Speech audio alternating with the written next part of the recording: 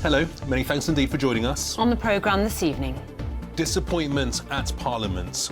Justice campaigners say they are withdrawing their support for the government's Hillsborough law.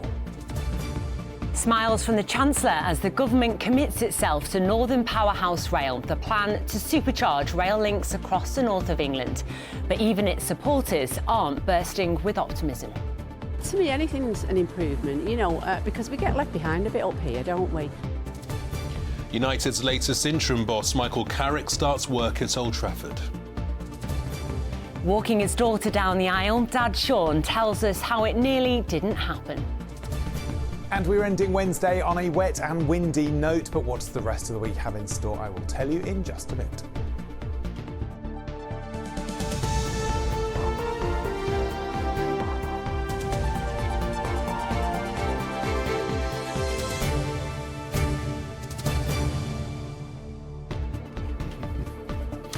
Well, first tonight, that breaking news that campaigners affected by the Hillsborough disaster and the Manchester Arena attack have withdrawn their support for the government's Hillsborough law.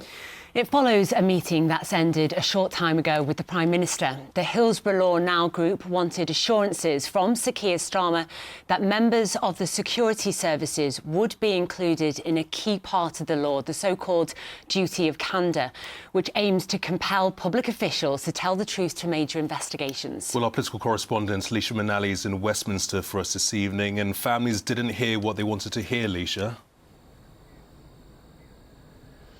No, not at all. In fact, in a dramatic turn here in Westminster in the last hour, the families have come out of that meeting with the Prime Minister and said that unless something changes, they cannot back this bill in its current form. It's hard to overstate how politically difficult that could be for the government. So what exactly is going on? Well, this row centres on a key element of the Hillsborough law called the duty of candour, basically making it illegal for officials to try to cover up their mistakes in any investigation or inquiry. But campaigners say that duty must apply to everybody, and they're worried that in its current form the legislation has a loophole. That while the duty of candour does apply to secret services and intelligence services as an organisation, it doesn't fully apply to individuals who work for MI5 or MI6. That's why some of the Manchester Arena families have joined the Hillsborough Law Now campaign in Parliament today to explain why that's such a worry for them personally. They say MI5 was able to present a false narrative to the public inquiry into the attack, not giving the full picture of what they knew about the bomber, and say that must never be allowed to happen again. It's a fight these two mothers are pursuing in memory of their children. Basically, it's given MI5 continues to have carte blanche. They can do what they want, say what they want, and hide behind corporate witnesses, and that's not how it should be. I mean, at the end of the day, our kids were murdered under this. Actually, all we want is the truth, because without the truth, how can you fix anything? If you can't see that, because to me that's the simple terms of it, then I don't know what we do. Now, the Prime Minister today said that the Hillsborough law will bring about lasting change and that they need to get the balance right while protecting national security. But senior lawyers from the Hillsborough Law Now campaign say the government need to go away and think again. This is their message for Keir Starmer. We're urging him not to proceed on Monday, to take some time to think about things.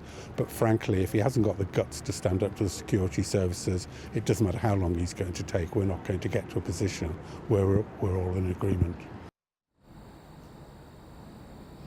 So this really is a race against time now. The bill was actually meant to be debated in Parliament today, but that was delayed to give all sides the chance to air their concerns. We'll see what the government come back with on Monday, but the big question will be, does it address the concerns of those bereaved families? The stakes of this really couldn't be higher. These are changes that campaigners fought for decades. Now the government has just days to get it right. Yeah, it is a big question indeed. Leisha, many thanks indeed. Well, let's bring in Liverpool City Region Mayor Steve Rotherham, who is with us. Many thanks indeed for your time, Steve. You are here to talk about Northern Powerhouse Rail, which we will come to, but given that this is a breaking story, it would be good to get your reaction to this news. Well, it's got seismic ramifications, and the government are very clear that we've told them on numerous occasions. When I say we, I'm talking about myself and Andy Burnham and certainly the families groups. We've told them that it has to be the whole Hillsborough law now and not part of it. And I think this is a reaction towards the amendments that the government want to make, which are that organisationally MI5 and MI6 and all the things around national security, they are included. So there's widespread agreement on that. This is about individual responsibility of those people who work for those organisations. Well, it was one of the campaign pledges of Sir Keir Starmer. Does he not owe it to the families to keep that promise? Look, all I would say is, without being too overtly party political, the previous government had 14 years to do something about this, and it's this Labour government that have moved in such a massive direction towards where the families want to take this. But Pete Weatherby and others have been very, very clear in that it's not just an organisation that bears responsibilities. Individuals within those organisations, those national security organisations, they also have to comply with the duty of candour. In other words, it's about those in authority taking responsibility individually if they transgress the law, as will the Hillsborough law now would be. OK, Steve Rotherham, we'll come back to you in just a moment because now we're talking about rail, and the government's committing itself to reviving plans for Northern Powerhouse Rail, the idea for massively improving transport links between cities in the north. Yes, Chancellor Rachel Reeves has pledged an initial £1.1 billion to kickstart it all. Well, as our map shows, the first phase is due to start in Yorkshire in the 2030s, followed by the second phase in the northwest, connecting Liverpool, Warrington and Manchester. But of course, today's announcement has had its doubters, especially after the debacle of the planned HS2 high-speed rail link to London, created, then cancelled at huge cost by the Conservatives. Well, as I said, Steve Rotherham is here and we'll be hearing more from him after this report from Anna Yosef. Taking control of Northern Powerhouse Rail. After years of delays and design disasters, the Chancellor was in Manchester today to unveil plans for a major new rail network, one she says will transform travel in the north and unlock billions of pounds of economic growth. And Rachel Reeves is convinced this scheme will actually happen. I absolutely understand the cynicism people have about announcements without the money to back them up. But what's different about this is we're announcing £45 billion of government investment, the envelope to fund Northern Powerhouse Rail. We're going to deliver it. We've divided it up into phases. Phase 1 in Yorkshire, Phase 2 connecting Manchester and Liverpool with a new line going through Manchester Airport, Warrington Bank Quay, and then the third phase, Northern Powerhouse Rail connecting the northwest with Yorkshire. NPR aims to deliver faster and more frequent trains, improving connectivity between cities. Work's expected to start in the 2030s, but won't be completed until at least 2045. The Chancellor says they've learned lessons from HS2. It's very different from what happened with HS2, where there was an open-ended commitment with no clear line of what the route was. This is different. We're being clear today with this announcement that we've worked through with the mayors, being backed by Steve Rotherham, by Andy Burnham, with mayors across the north of England. We're going to get this right by working with local communities, not imposing a project on them. Andy Burnham agrees the plans are a major step forward for Greater Manchester. We are the fastest growing city region in the country. We've got a commitment now to big new infrastructure, north, south and east, west. It will make Manchester Airport the best connected airport in the country. So this actually does set up our city region and the north more broadly for the century that we think it should be entitled to have, i.e. one where we're the place that is revitalising rather than the decline of the 20th century. These commuters say the improvements can't come fast enough. They're always delayed, expensive, even with the discount cards you can get. Northern Rail is terrible too. They're just so bad. It's quite awful. Half the time the trains are delayed or cancelled or something's not going right with the train and there's not really ever a solution. To me, anything's an improvement, you know, because we get left behind a bit up here, don't we? You know, so I think anything that's going to improve the transport up here can only be a good thing. But not everyone thinks this is the way forward for the north.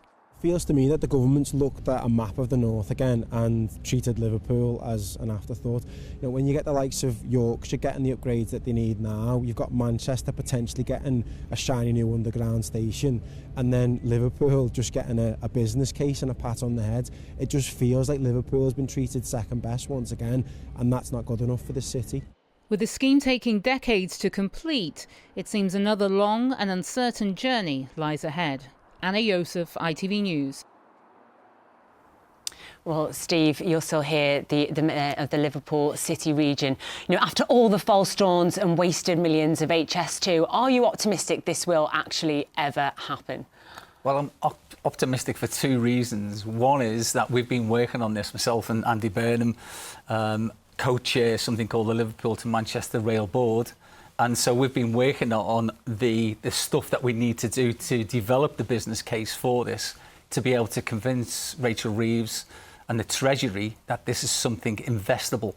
So we've got there. The second part of it is that we know that this is a completely different approach to HS2. HS2 was basically a top-down approach. Government decided on where it should go and what it was about. We're going from a bottom-up, but now working in conjunction in a partnership with national government. We know exactly what we need to deliver, the phases by which we can deliver it, and how much that will cost. I guess those who are familiar with big infrastructure projects will say that £1.1 billion is really a drop in the ocean, and we kind of been here before, haven't we? Promises, withdrawals, promises, withdrawals.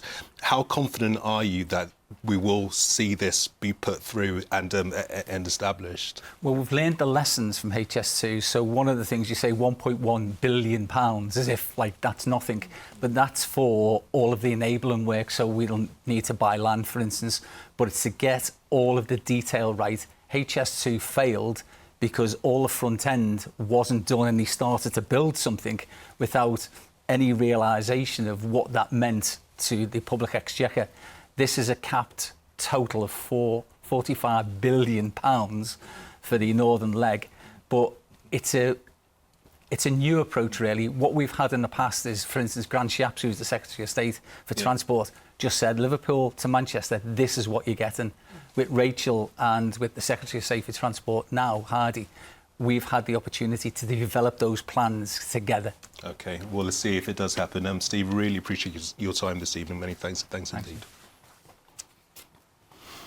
Well, in other news tonight, child killer John Venables is set to have his latest bid for freedom heard by the Parole Board. The 43-year-old who murdered 2-year-old James Bolger in Bootle in 1993 will have his case heard at an oral hearing more than 2 years after his last appeal. James's mother, Denise Fergus, is expected to attend the hearing next month. Well, next tonight, the Iranians living in the northwest anxiously waiting for news as a crisis unfolds in their country. Yeah, the largest nationwide uprising in years has led to a brutal crackdown by the authorities, with fears thousands may have been killed.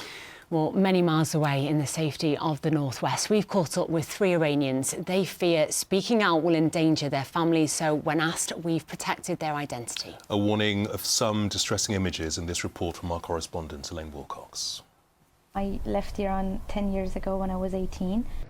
For protesting in Iran, I have received messages from them saying their goodbyes because they understand the danger of going out and protesting against the government. And do you think the British government, European governments are doing enough? To be fair, I don't think so, because they've been silent for the majority of the last 17 days. What is happening in Iran at the moment is war crime, and the Islamic Republic, they have to have answers to what they're doing. They have just stopped the internet in Iran. People cannot connect outside, and we know what happens, as it happened in the past.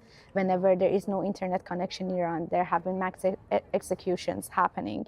My name is Nariman, and I am 21 at the moment. I left Iran 4 years ago.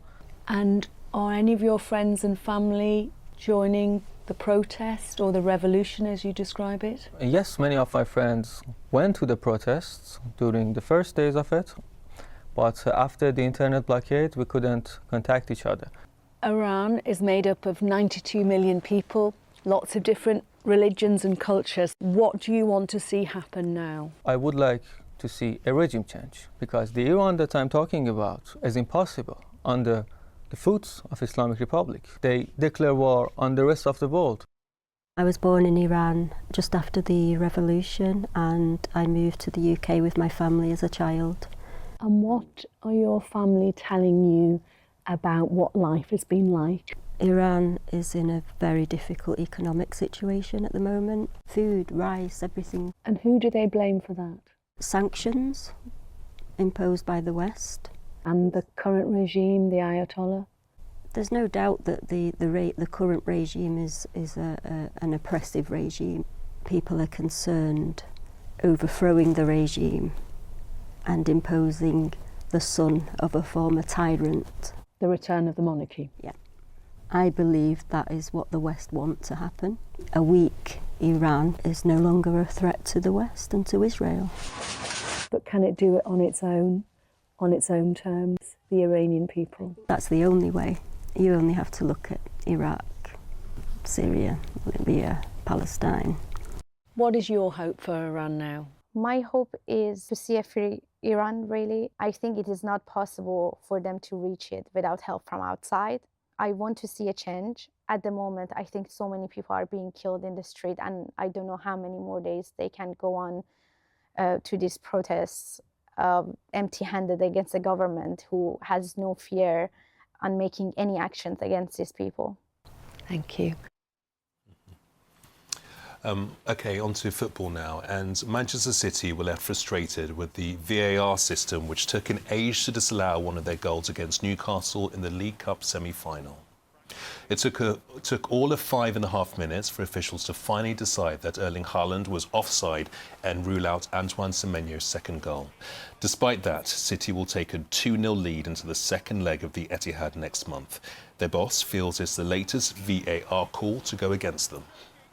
Today, 4 people were not able to decide because the line was, I don't know. I didn't say anything when we lost 2-1 here. No. I didn't say anything when I FA Cup final against Crystal Palace. It's red card after 30 or 40 minutes for Anderson. He played 50 minutes. It's really a red card. Did I say anything? No. But okay, it's fine. But He's developed a twitch. Got a sore neck there. Well, next, Michael Carrick has been getting to work on his first full day as Manchester United's new head coach. He arrived at the club's training ground early this morning with one of his assistant coaches, former Leeds defender Jonathan Woodgate. Carrick says he's buzzing after being put in charge until the end of the season. Hopefully we can play in a really exciting type of football and be positive and express and bring excitement, you know. I want to be off my seat. I want to be enjoying watching the boys playing, and results obviously needs to come with that. But obviously you can feel my kind of enthusiasm for it because I'm buzzing to get started and see what we can do. Well, next, and many dads out there will dream of walking their daughter down the aisle. But a new NHS campaign is showing how some smokers could miss out on big life events like weddings and meeting their grandchildren. Take a look at this. This next one is from Dad. I'm sorry I can't be with you on your special day. You have a wonderful future ahead of you. I just wish I could be part of it. Yeah, hard-hitting campaign. Well, one person who almost didn't make it to his daughter's big day was Sean Webb from Northwich. A smoker from just 8 years old, he finally managed to quit 18 months ago. Yeah, and he came in to chat with us along with Professor Ian Ashworth from NHS Merseyside in Cheshire. And Sean told me how getting diagnosed with lung cancer drove him to give up for good. We got them all together and just said, look, it's not good. The doctor said it is cancer. Yeah, that was awful. And because it was my fault. It was there's nobody else. It was my fault. I was, you know, completely to blame. That year was really, really tough. The operation was horrendous, you can imagine. Yeah. But you're doing really well now, aren't you? Which is great. Yeah, I think so. Everybody thinks so. Yeah, the girls think, yeah, they're proud. Keep telling me they're proud of me, which is just, yeah, incomprehensible, really, when I'm so proud of them, you know. Yeah. And you had such a reason to quit as well, didn't you? Oh, because one of your daughters was getting married. Yeah. Just tell us about that. Holly Boo, our youngest, got married in last year. July last year, and that was unbelievable. All the friends were there. It was amazing, and it was 2 days as well, which was a really good way to do it. So yeah, she was princess for 2 days, and I was king for 2 days. It was amazing. And did you sit there during the wedding and think, gosh, I could have missed this? Yeah. I cried when I handed her over to her fiancé.